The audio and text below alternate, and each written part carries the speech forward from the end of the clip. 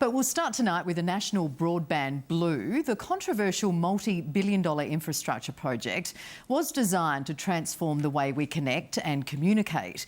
But as Paul Macon discovered, it could well be putting the old and vulnerable at risk. That's the new NBN. That's what everyone's going to get in their house. Who would be responsible if something did happen? For the vast majority of consumers, NBN Co's solution is perfectly adequate. It is a matter that needs to be addressed as urgently as possible.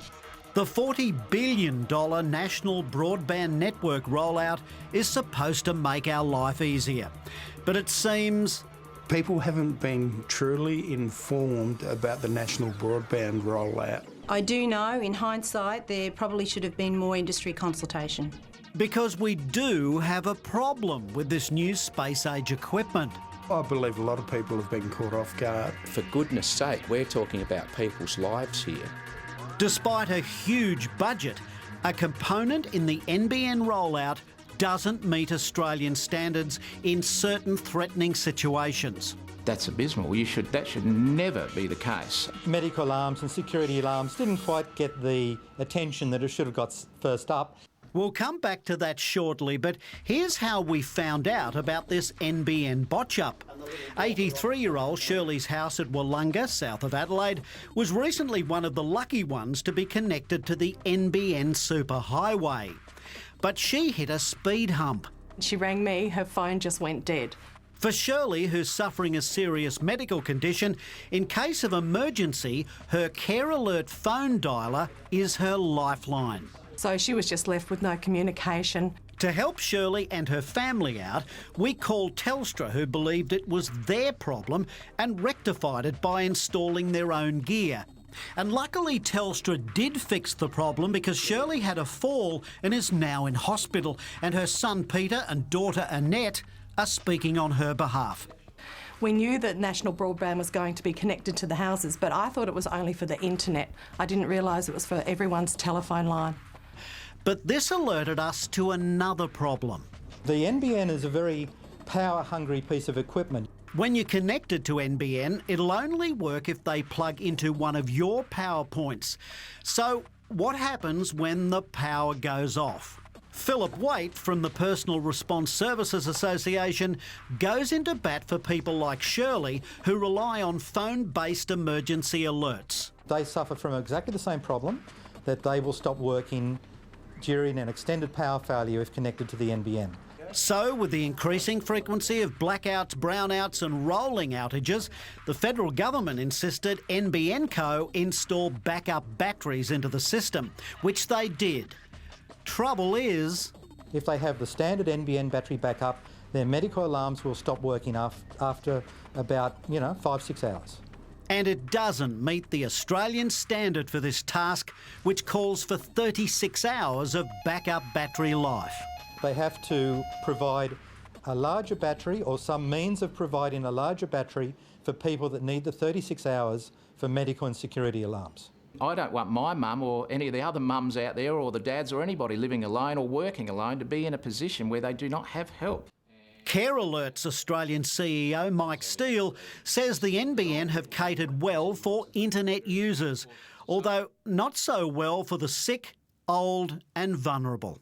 There's nothing wrong with our product, there's nothing wrong with any of the other emergency dialers that are out there in the market.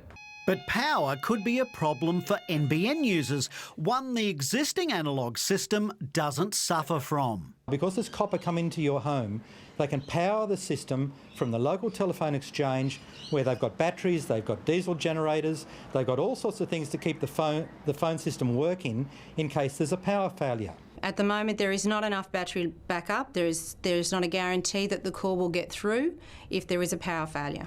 Lynn Davies from Tunstall Healthcare, who make medical alarms and have them monitored, have been lobbying for 18 months to have this problem fixed.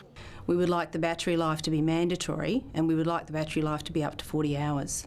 In fact, the current battery only lasts 2.5 hours, after which you have to push a button to squeeze the final life out of it. And it won't be easy if you're lying on the floor incapacitated. This matter is urgent because we have people who are getting the RSP providers turning up on their doorstep and knocking on the door and organising NBN connection for our clients now. And people are using these services every day. So it is a matter that needs to be addressed as urgently as possible. We've got tens of thousands of people out there that are looking to this for support every day. This is unsatisfactory. Family First MP Robert Brokenshire says he's appalled by the lack of forward planning. The whole thing, frankly, is a disaster, but the worst is that we have vulnerable people throughout this nation now who could be without a basic medic alert system. In some circumstances, consumers might need longer battery backup time. Dr Kate Cornick, General Manager of Health and Education at NBN Co. We're working with industry to develop a longer battery backup life that will have an extended life of up to 40 hours. I think if they had their choice again, maybe they would look again at the whole issue of battery backup. Even the current lead-acid cheapies will add $150 million to the overall bill, and who'll pay for the replacements.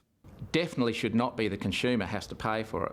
Anybody but the elderly person themselves should pay for that battery backup. This is a change, and the change hasn't quite met the requirement, so I'd imagine that the NBN Co will be having to look at how they can afford to cover this requirement. Well, we got a firm commitment from NBN Co today. NBN will pay for the battery. The battery is at no cost to the consumer.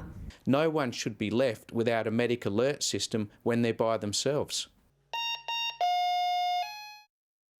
Well, Paul Makin with that report.